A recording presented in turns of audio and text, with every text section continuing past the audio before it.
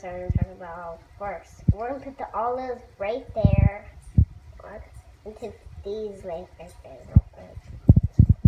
You want to lay down, so take them out of the command. See? Sticking right up there.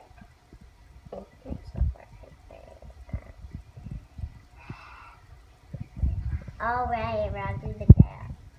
Okay, like that. Wait, that's the one in the bottom. Oh, then there's that one, and there's that one. Okay, like this, and then I'm going to do these on another apple. I just want to do one.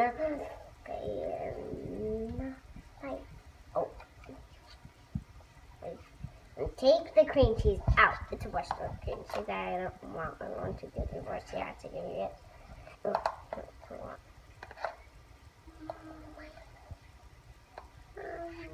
there. That's great. On the side. So hard.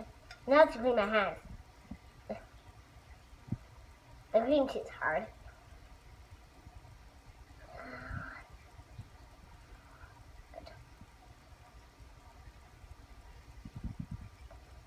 Good. You just have to peel a little bit and that's it.